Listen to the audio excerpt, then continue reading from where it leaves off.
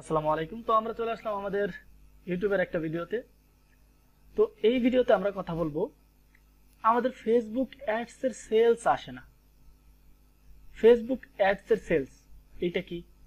আমরা জানি প্রত্যেকটা ক্লায়েন্টের সাথে যখন আমরা কাজ করতে যাই প্রত্যেকে বলে যে তুমি কি আমাকে সেলস জেনারেট করে দিতে পারবে। এখন আপনি বলেন যে হ্যাঁ আমি জেনারেট করে দেবো, কারণ আপনি ক্লায়েন্ট হারাতে চান না। তো সেলস যে তারপর যে আপনি কাজটা নেওয়ার পর কাজ যে শুরু করেন তখন তো আপনার সেলস জেনারেট হয় না, আপনি সেলস আনতে পারেন না। যখন সেলস আনতে পারেন না তখন ক্লায়েন্ট আপনার উপর রেগে যায়, কাজ থেকে আপনাকে অব্যাহতি দিয়ে দেয়।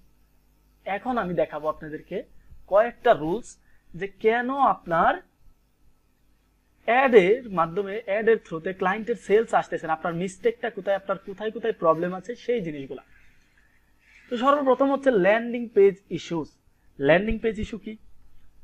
আপনারা যে ওয়েবসাইটটা ব্যবহার করতেছেন, যে প্রোডাক্ট নিয়ে আপনারা কি করতেছেন, অ্যাড দিচ্ছেন, সেই প্রোডাক্টের অনুযায়ী আপনার ল্যান্ডিং পেজে যেতে পারতেছে কিনা, এবং ল্যান্ডিং পেজ মানে আপনার অ্যাডে ক্লিক করে কোথায় যাচ্ছে সেটাই হচ্ছে ল্যান্ডিং পেজ।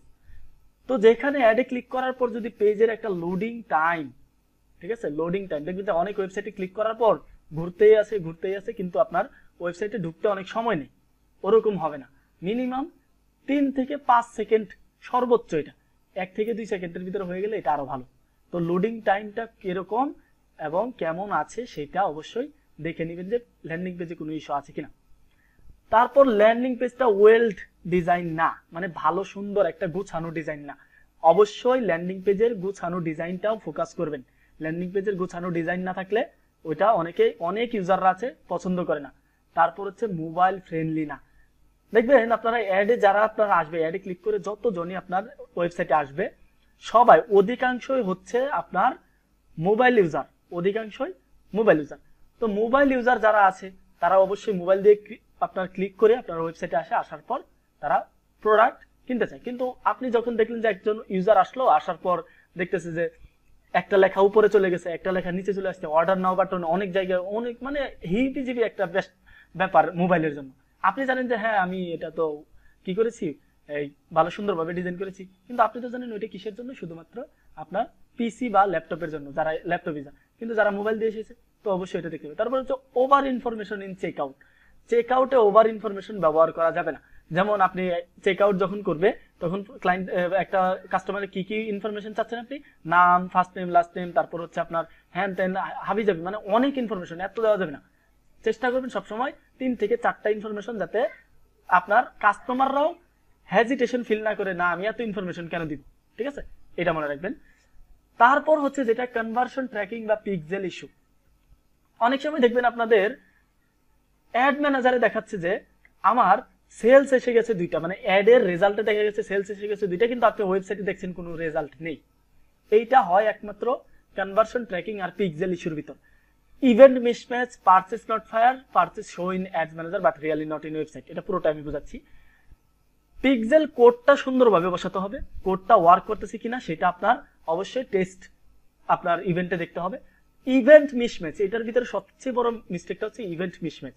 ইভেন্ট মিসম্যাচটা কি মনে রাখবেন, আপনারা মনে করেন যে আমি যেহেতু পিক্সেল কানেক্ট করতে হয় কনভার্সন ট্র্যাকিং এ, কারণ সেলস অ্যাড চালাতে হলে কনভার্সন ট্র্যাকিং দিতে হবে বা পিক্সেল সেটআপ করতে হবে। তো আপনারা কি করেন, অনেকে শুধুমাত্র ইভেন্ট সেটআপ টুলের মাধ্যমে শুধু পারচেস ইভেন্টটাকে কি করেন, সেটআপ করেন। কিন্তু এর আগে যে পারচেসের আগে যে 2টা ধাপ পার করতে হয় সেটা কি কি, একটা হচ্ছে অ্যাড টু কার্ট, পরে হচ্ছে কি চেক আউট।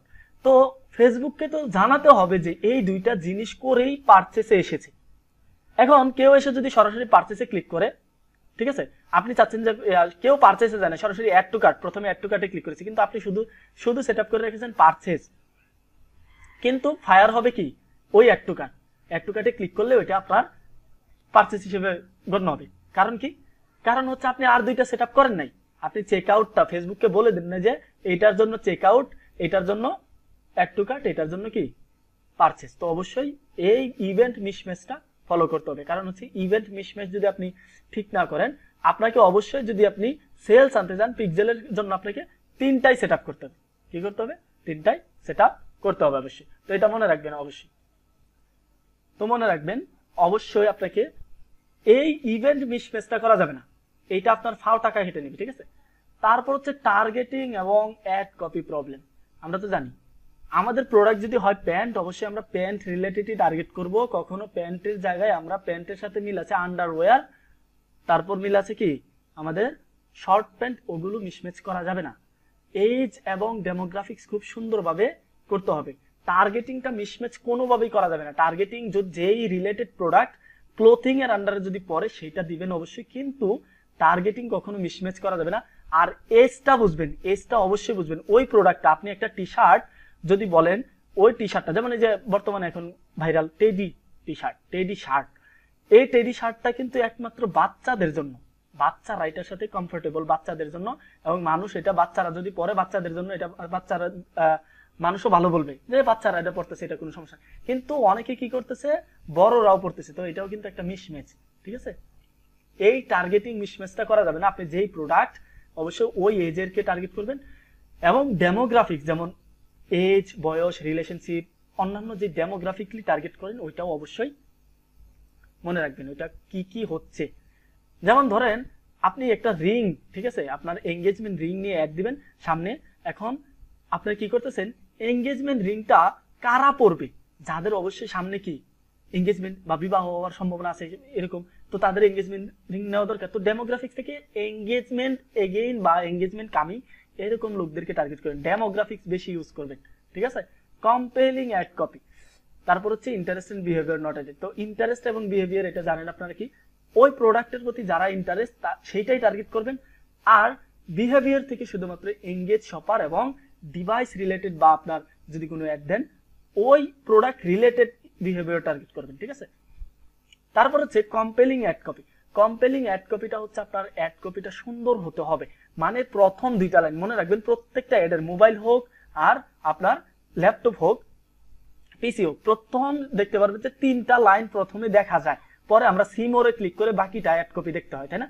তো প্রথম 3টা লাইনই এমন হতে হবে যাতে আপনি পরবর্তী লাইনগুলোকে দেখার জন্য মানুষকে ফোর্স করতে পারেন। ঠিক আছে, এটা মনে রাখবেন। তারপর হচ্ছে using external link in ad copy without meta and related your website. যদি আপনি আপনার ফেসবুকের যেই প্ল্যাটফর্মগুলো আছে যেমন ইনস্টাগ্রাম, তারপর হচ্ছে হোয়াটসঅ্যাপ, এগুলো ব্যতীত আর আপনার যে ওয়েবসাইট যেখানে আপনি পিক্সেল সেট আপ করেছিলেন এগুলো ব্যতীত কোনো যদি আপনি কি করেন এক্সটার্নাল লিঙ্ক ইউজ করেন আপনার অ্যাড কপিতে, তাহলে সেটা আপনার অ্যাডের স্কোর কমিয়ে দিবে। তো অবশ্যই এটা খেয়াল রাখবেন। ঠিক আছে, এক্সটার্নাল লিঙ্ক না ইউজ করাই ভালো। তারপর হচ্ছে budget and ads design problem. সবচেয়ে বড় প্রবলেম হচ্ছে বাজেট, কান্ট্রি ওয়াইজ বাজেট। মনে রাখবেন এশিয়ান কান্ট্রির জন্য বাজেট একটা, এশিয়ান কান্ট্রিতে আপনি কম বাজেটে ভালো আপনি কি পাবেন, রেজাল্ট পাবেন। আমেরিকান কান্ট্রির জন্য, ইউরোপ কান্ট্রির জন্য বাজেট আলাদা আলাদা। ওই কান্ট্রিগুলোতে আপনাকে অবশ্যই যদি কোনো ক্লায়েন্ট বলে সেলস পেতে হবে, ডেইলি বাজেট মিনিমাম $50। ঠিক আছে, এইটা। আর যত বেশি হতে পারে তত ভালো, 100, 200, যত বেশি ডেইলি বাজেট দিতে পারেন তত বেশি রেজাল্ট আসবে, তত বেশি সেলস আসবে আশা করা যায়। ঠিক আছে, তারপর হচ্ছে ম্যানুয়াল বিডের প্রবলেম। ম্যানুয়াল বিডটা কখনোই সেট আপ করবেন না। আপনারা দেখবেন প্রত্যেকটা অ্যাড যখন সেট আপ করতে যান ফেসবুকে একটা কস্ট কন্ট্রোলের অপশন আছে, যে কস্ট কন্ট্রোলে আপনি বলে দিতে পারবেন পার পারচেসে, পার মেসেজে আপনি কত টাকা করে ফেসবুককে দিবেন। তো এইটা কখনো সেট আপ করবেন না, এটা সবসময় ফেসবুকের উপর ছেড়ে দিবেন যে ফেসবুক নিজের মতো করে কাটুক। ঠিক আছে, প্লেসমেন্ট প্রবলেম। মনে রাখবেন আপনার প্লেসমেন্ট মানে ফেসবুক অ্যাডটা কোথায় দেখাবে, নিউজ ফিডে নাকি ভিডিও ফিডে নাকি অন্যান্য জায়গায়, এই প্রবলেমটা অবশ্যই ফিক্স করবেন। কারণ কি প্লেসমেন্ট অনেকটা অ্যাডের স্কোর আপনার নির্ভর করে।